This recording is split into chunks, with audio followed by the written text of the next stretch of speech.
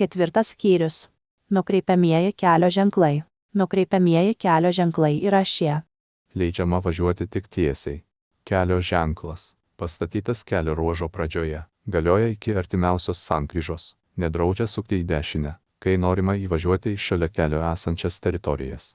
Kelio ženklas. Pastatytas prieš sankryžą. Galioja tik toje važiuojamųjų dalių sankirtoje, prieš kurią jis pastatytas. Kelio ženklo reikalavimai netaikomi maršrutiniam transportui. Leidžiama važiuoti tik rodyklės kryptimi. Kelio ženklas galioja toje važiuojamųjų dalių sankirtoje, prieš kurią jis pastatytas. Kelio ženklo reikalavimai netaikomi maršrutiniam transportui. Leidžiama važiuoti tik rodyklės kryptimi ir apsisukti. Kelio ženklas galioja toje važiuojamųjų dalių sankirtoje, prieš kurią jis pastatytas. Kelio ženklo reikalavimai netaikomi maršrutiniam transportui. Leidžiama važiuoti tik rodyklių kryptimis.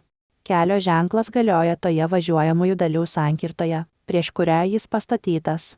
Kelio ženklo reikalavimai netaikomi maršrutiniam transportui. Leidžiama važiuoti tik rodyklių kryptimis ir apsisukti.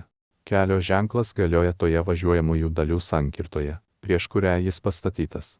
Kelio ženklo reikalavimai netaikomi maršrutiniam transportui. Leidžiama važiuoti tik rodyklių kryptimis ir apsisukti. Kelio ženklas galioja toje važiuojamųjų dalių sankirtoje, prieš kurią jis pastatytas.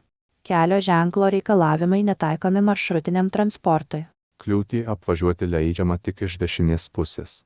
Kliūtį apvažiuoti leidžiama tik iš kairės pusės. Kliūtį apvažiuoti leidžiama iš dešinės arba kairės pusės. Leidžiama važiuoti tik rodyklių kryptimi. Leidžiama važiuoti dviračiais ir elektrinėmis mikrojudumo priemonėmis. Takas skirtas tik pėstiesiems.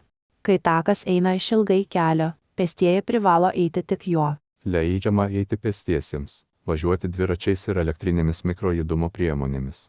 Jeigu dviračio ir pėsčiųjų simboliai kelio ženkle yra ne vienas po kitu, o vienas šalia kito ir skiriami vertikaliu baltų brūkšniu, eismo dalyviai privalo naudotis tą tako pusę, kuri jiems skirta, parodyta kelio ženkle.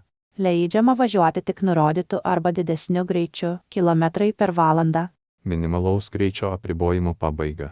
Pavojinguosius krovinius vežančioms transporto priemonėms, kurioms numatytas specialusis ženklinimas oranžinėmis lentelėmis. Leidžiama važiuoti tik nurodyta kryptimi.